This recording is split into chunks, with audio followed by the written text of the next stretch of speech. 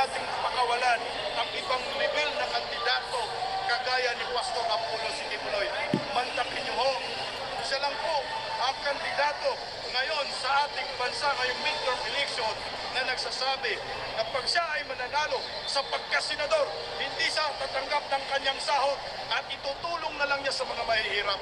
Kaya yan ng mga ibang kandidato at tanging si Pastor Apollo C. Quiboloy lamang ho ang meron ng ginagawa. Ang iba, nangangako pa lang. Si Pastor Quiboloy may resibo na. Kaya baguhin natin yung natin, yung instinct natin. Baguhin natin yung kwalifikasyon natin sa pagkasenador. Ito na ho si Pastor, huwag na natin yung pakawalan. Na ni minsan, hindi po iniwan ang pamilyang Duterte. Kahit sa sobrang daming paninira ng mga politiko sa pamilyang Duterte, Tatay Digong at si Vice President Inday Sara Duterte, si Pastor Quiboloy, hindi niya iniwan si Tatay Digong at si Inday Sara. At until now, kahit nagsuffer si Pastor Quiboloy ng political persecution laban sa kanya, nakatayo, nakataas noo para po ipaglaban ang kanyang prinsipyo bilang isang mamamayang Pilipino. Nabibihira lang ho ito mangyayari sa bansang ito.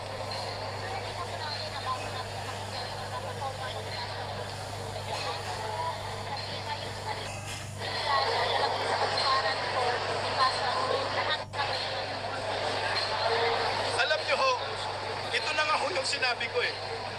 Ang kandidatong ito, hindi mo na kailangan tanungin pa kung mangyayari ba ang kanyang mga pangako, ang kanyang plataforma. Dahil may blueprint na po yan, ayon kay Pastor Quiboloy. At nakikita po natin sa kanyang organisasyon na 101% nangyayari na po yung kanyang plataforma. Lahat patungkol sa environment, patungkol sa ekonomiya, patungkol sa paglaban sa korupsyon, nangyayari na, nagawa na ho ni Pastor Quiboloy. Kung baga, isali na lang po ni Pastor yan sa lahat sa bansang Pilipinas, sa kanilang bansang kaharian, nangyayari na yung pangako ni Pastor. So ngayon, isali na lang natin sa Pilipinas at mangyayari po yan. At malaki po ang aking kumpiyansa kay Pastor Quiboloy na lahat ng kanyang plataforma ay matutupad at mangyayari dahil nangyayari na. Maraming salamat, Mama. Thank you. Boy, on the spot, interview yun. Ayan, guys. Hi, sir. Oh. Ay, mabuhay po tayo mga Pilipino. Nasaan na kayo? Sir Jason.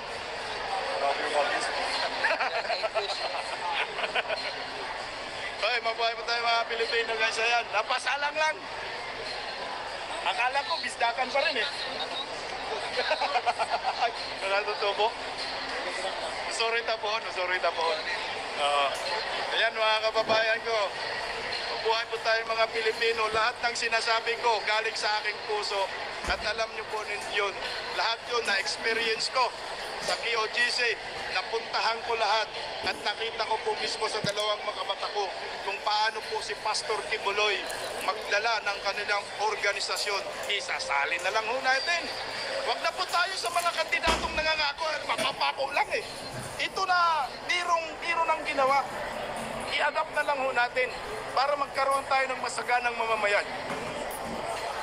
Nauhaw ako guys ha. Huwag po natin kalimutan, number 53 sa Senado, Pastor Apollo C. Quiboloy. Ayan o, try ko magpaalam kung pwede tayong, ma'am pwede bang umikot dyan? Sa gilid-gilid lang?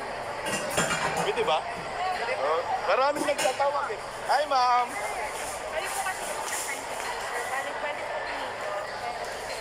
Sa gilid-gilid lang. Sige, pwede lang ha. Meron ba? Ano bang pwedeng may pwede natin? Ha? Ito, para maganda. Oo, ako na. Ako nag-live para mas masaya.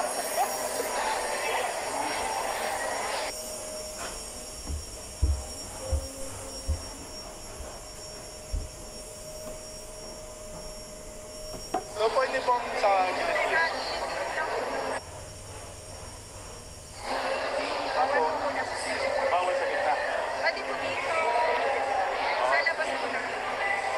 makita lang natin yung audience. Sige guys, papasyal tayo sa gilid-gilid ha, para makita po na ninyo yung mga audience. Okay, palike and share guys, ipakita natin sa buong mundo. Lalaban ang Team OB.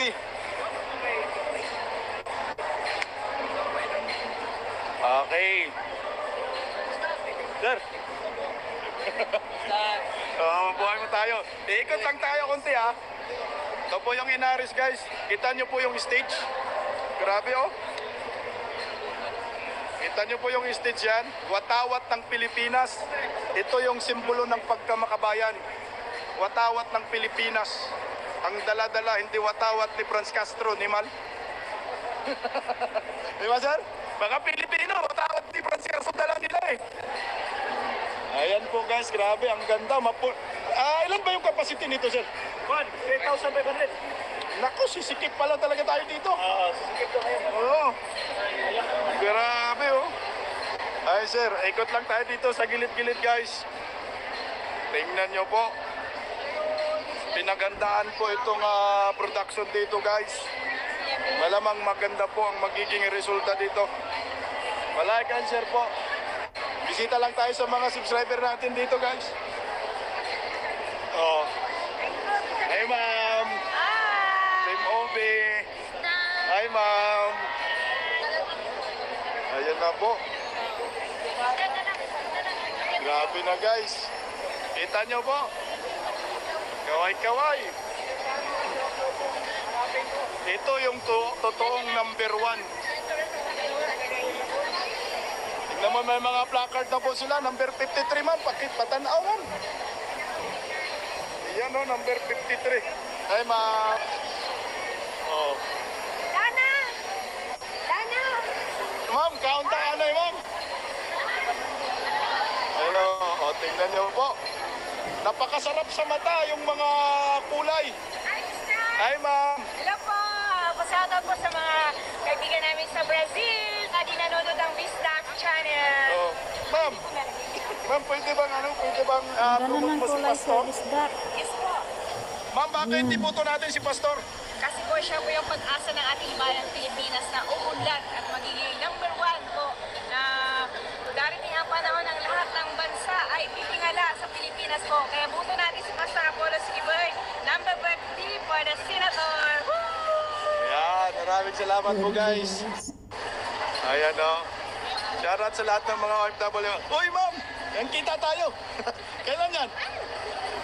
Oh, ayan o, sa ano yan? Sa Liwasan Bonifacio Ben?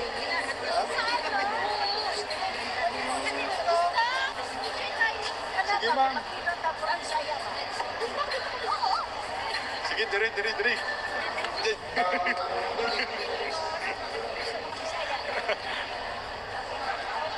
Sige ma'am, diri na lang ma'am.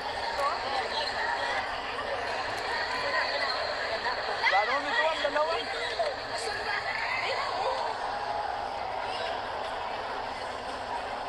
Yan. Grabe, handang-handa na po Team OB.